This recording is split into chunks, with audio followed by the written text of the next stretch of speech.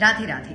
तो श्री कृष्ण कह के गए हैं कि कर्म की गठरी बांधकर जग में घूमे है इंसान, जैसा करेगा वैसा भरेगा, बस यही है विधि का विधान। सत्य को माना नहीं जा सकता, सत्य को सिर्फ जाना जा सकता है।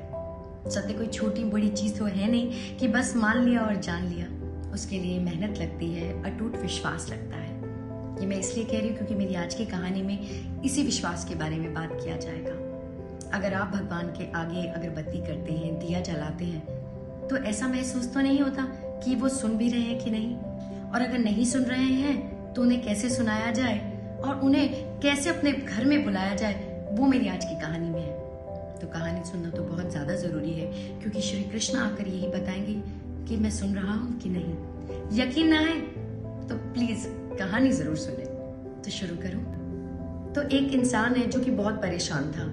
उसके दोस्त ने कहा कि तू श्री कृष्ण की फोटो ले आ और अपने घर में लगा रहे और रोज उनकी दिन रात पूजा कर। ठीक है भाई।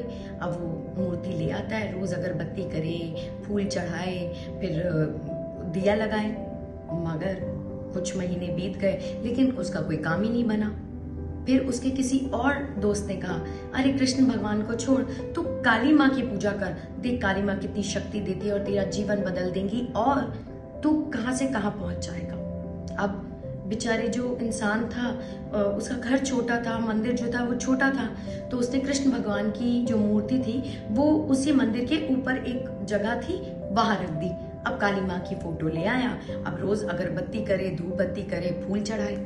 अब एक दिन पूजा करते करते करते उसे ध्यान आया कि मैं ये काली माँ की पूजा तो कर रहा हूँ, लेकिन ये कहीं धूप बत्ती कृष्णा को तो नहीं जा रही है और वो कुछ गड़बड़ कर रहे हैं। तो कहता है क्या करूं। उसके समझ में कुछ नहीं आता। वो एक कपड़ा लाता है, कृष्ण भगवान की फोटो के आगे, उनके मुंह के आगे कपड़ा रख देता है कि कहीं वो ना सूंघ ले। और जैसे ही वो कपड़ा रखता है, कृष्ण भगवान खुद आ जाते हैं और कपड़ा हटाते हैं। अब वो इंसान हैरान हो जाता है।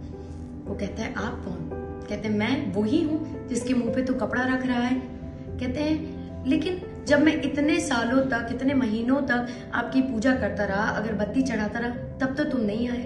कहते हैं तो श्री कृष्ण ने क्या कहा सुनिए। तो श्री कृष्ण ने कहा कि तब तू सिर्फ मानता था कि मैं हूं, आज जब तूने मेरे मुंह पर पट्टी लगाने की सोची तो मुझे तू जान गया, और जब तू मुझे जान गया तो मैं तेरे सामने आ गया। बता तुझे क्या चाहिए। अब उस व्यक्ति को समझ आ गया कि पहले मैं सिर्फ यकीन नहीं कर रहा था, जब मैंने अपने यकीन को इतना मजबूत कर दिया कि अगरबत्ती की खुशबू कहीं भगवान तक ना पहुंच जाए, तो बस भगवान मेरे सामने आ गए।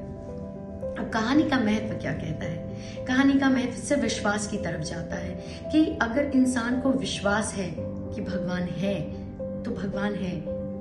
वो हर दुविधा से आपको निकाल देगा, वो हर कठिनाई में आपके साथ रहेगा।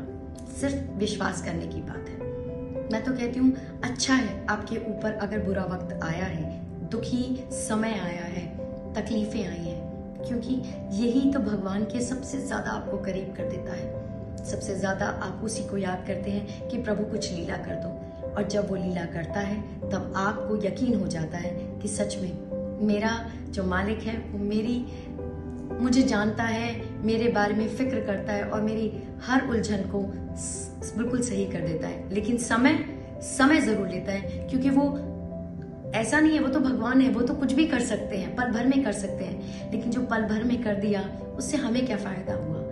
हमने तो कुछ समझा ही नहीं, हम फिर वही गलती करेंगे।